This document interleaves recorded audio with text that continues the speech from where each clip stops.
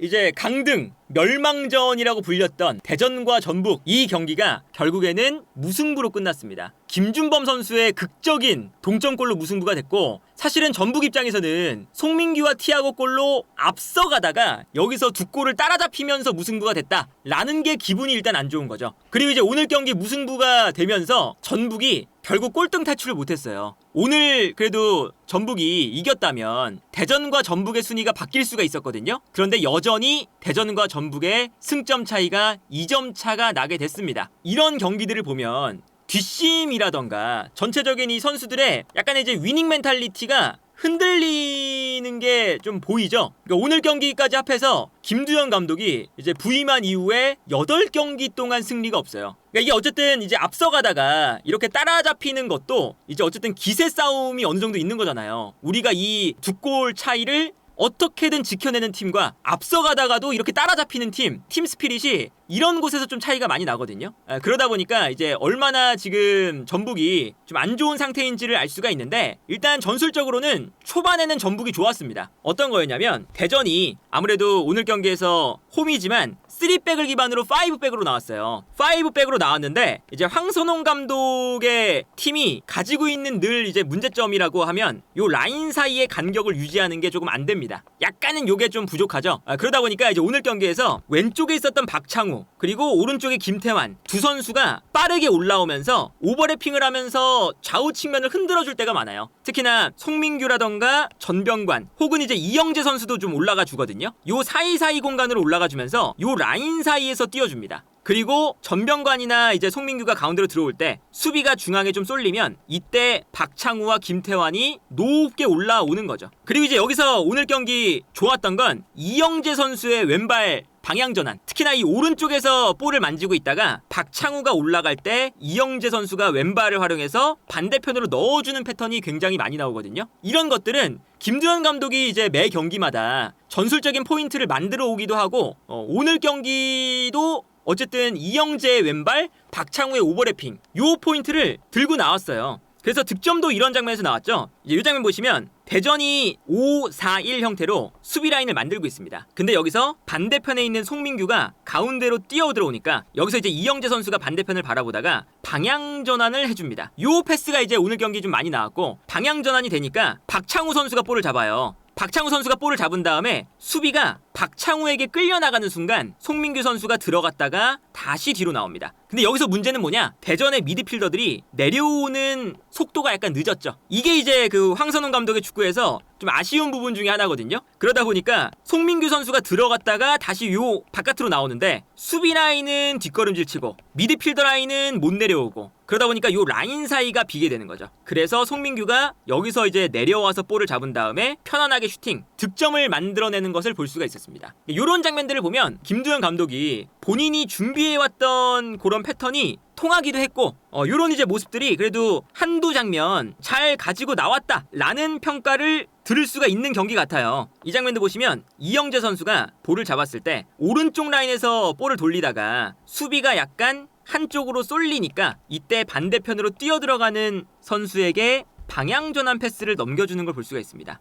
요 이제 이영재 선수의 왼발 킥력을 활용한 방향 전환, 이게 오늘 전북의 포인트 중에 하나였고, 요런 장면도 있죠. 김태환 선수가 올라오면서 수비를 끌어당길 때 오히려 전병관 선수가 가운데로 들어가면서 요 사이 공간에 위치합니다. 그리고 여기서 요 사이 공간으로 패스가 들어가는 순간 전병관이 볼을 받아서 뛰어 들어가는 티아고를 봐요. 그래서 전병관이 볼을 잡아서 티아고에게, 아주 이 선수들의 위치가 괜찮았고, 그리고 이제 여기서도 대전의 이제 수비 라인과 미드필더 라인 사이에 공간이 다소 좀 많이 난다는 게 보여지는 장면이에요. 그래서 뛰어 들어가는 티아고에게 전병관의 패스가 들어가고, 여기서 티아고가 달려가다가 수비가 달려올 때 한 번 꺾은 다음에 뛰어 들어가다가 또다시 수비가 달려오니까 한 번 더 꺾습니다. 이거는 뭐 티아고의 개인 능력이 만들어낸 꺾은 다음에 득점. 여기까지는 매우 좋았어요. 황선홍 감독의 어쨌든 전술이 이제 늘상 이제 비판을 받는 게 그런 거잖아요. 간격이 너무 멀다. 공격을 하든 수비를 하든 이제 공격을 할 때 전북이 두 골을 넣은 다음에는 약간은 이제 좀 지키는 형태로 갔거든요. 지키는 형태로 가면서 대전이 공격을 해야 되는데, 황선홍 감독의 전술적인 단점 중에 하나가 볼을 소유했을 때의 플레이가 좀 아쉽죠. 오늘 이제 어떤 모습이 나오냐면 최건주, 배서준 앞으로 다 달려갑니다.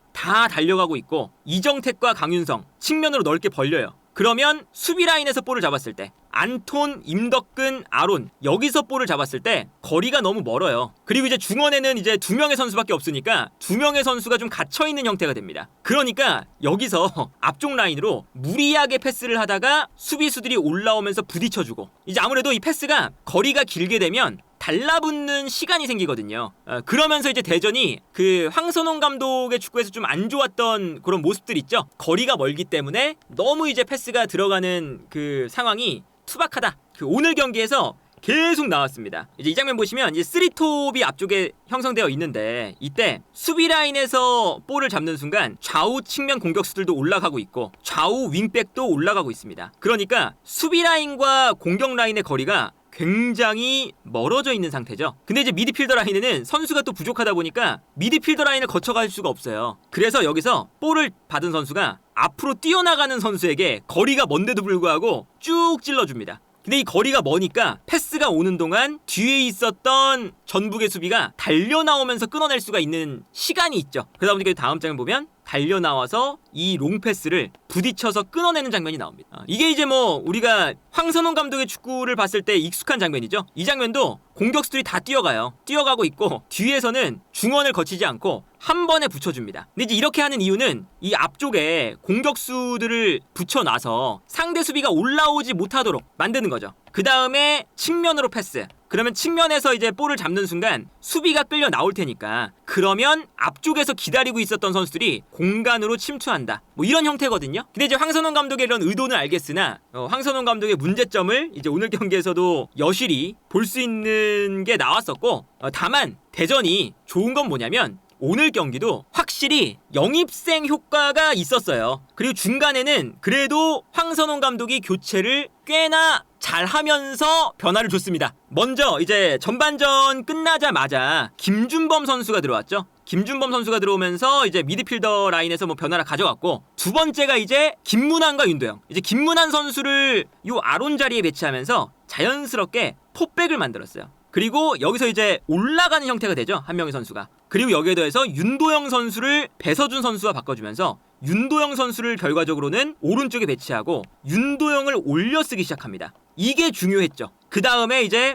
오른쪽에서는 마사, 새롭게 영입된 마사를 최건주와 교체, 그리고 마지막에는 박정인을 임덕근과 교체하면서 아예 올려버려요. 그래서 공격 라인에 박정인, 마사, 천성훈 이런 선수들이 이번에 영입된 선수들이잖아요. 김문환까지 영입된 선수를 넣으니까 경기력이 확 달라지고 여기에 더해서 윤도영 선수의 역할이 참 중요했습니다. 그 양민혁 선수와 함께 17세 이하 대표팀에서 가장 주목을 받았던 선수거든요. 근데 이제 오늘 경기도 보면 이제 대전이 윤도영 선수가 들어오는 기점으로 경기가 그냥 달라져요. 이런 장면. 윤도영 선수가 요 라인 사이로 들어와서 볼을 받아요. 근데 이것도 사실은 대전이 공격이 좀 안 좋았어요. 왜냐면 좌우 측면에 선수들이 아무도 없죠. 근데 이런 장면이 전술적으로 많이 나왔거든요. 그러니까 황선홍 감독이 올림픽 예선을 할 때도 저런 장면 많이 나왔습니다. 좌우 측면을 좀 비워두고 가운데에 선수들이 밀집하는. 근데 상대 팀도 가운데에 밀집하니까 중앙 지역에서 좀 공간이 없는 그런 장면이 나오는데 여기서 윤도영 선수가 요 라인 사이로 들어와요. 근데 여기서 이 좁은 공간 사이를 혼자서 뚫거든요. 볼을 잡은 다음에 돌아섭니다. 돌아서서 여기서 이제 돌파를 시작하는데 앞쪽에 하나, 둘, 세 명이 있고 뒤쪽에 또 따라오는 선수가 있어요. 요 네 명의 선수 사이를 달고 들어가기 시작합니다. 여기서 윤도영 선수가 발바닥으로 긁어요. 볼을. 발바닥으로 긁으니까 앞쪽에 있던 수비가 달려나가는 줄 알고 약간 무게중심이 쏠립니다. 무게중심이 쏠리니까 바로 이 안쪽으로 치고 달리죠. 이 윤도영의 센스, 이 센스가 발휘가 되면서 가운데가 열리고 이 가운데로 들어가는 선수에게 결국에는 반칙이 되죠. 조금 더 자세하게 보면 앞쪽에 박창우 선수가 있잖아요. 근데 여기서 윤도영 선수가 왼발로 이 볼을 약간 발바닥으로 긁어요. 긁으면서 박창우 선수가 한쪽으로 무게중심이 쏠리는 순간 요 사이로 이제 들어가는 거거든요. 그리고 들어갈 때도 여기서 팬텀 드리블, 양발 드리블을 하면서 요 사이로 들어갑니다. 그러니까 이제 여기서 달려 들어오는 선수가 순간적으로 페이크에 속으면서 윤도영 선수의 돌파를 지켜만 보고 있었죠. 오늘 경기 황선홍 감독을 살린 윤도영 선수의 힘이다. 이 윤도영 선수가 센스 하나하나가 참 좋습니다. 요런 센스 있는 플레이도 하죠. 요 장면을 보시면 윤도영 선수에게 볼이 갔어요. 그런데 이제 아무래도 윤도영 선수가 계속 수비를 무너뜨리다 보니까 바싹 붙어서 수비를 하기 시작합니다. 그런데 여기서 윤도영 선수가 뒷발로 패스를 넘겨주면서 요 공간으로 패스를 넣어줍니다. 본인에게 수비를 끌어당긴 다음에 센스 있는 패스가 들어가죠. 그러면서 윤도영의 패스 한 번에 측면 공간이 무너지는 요런 장면이 나오고, 득점이 나올 때의 장면도 보시면 일단 여기서는 마사가 달려들면서 빼앗아 오는 게 중요했어요. 송민기 선수가 볼을 잡았을 때 마사가 끝까지 달려들면서 볼을 여기서 빼앗습니다. 마사도 이제 영입돼서 들어온 선수죠. 영입 효과를 받고 여기서 마사가 측면에서 이제 안쪽으로 패스를 넣어주려고 하는데 윤도영 선수가 요 공간을 찾아 또 뛰어들어가요. 그러다 보니까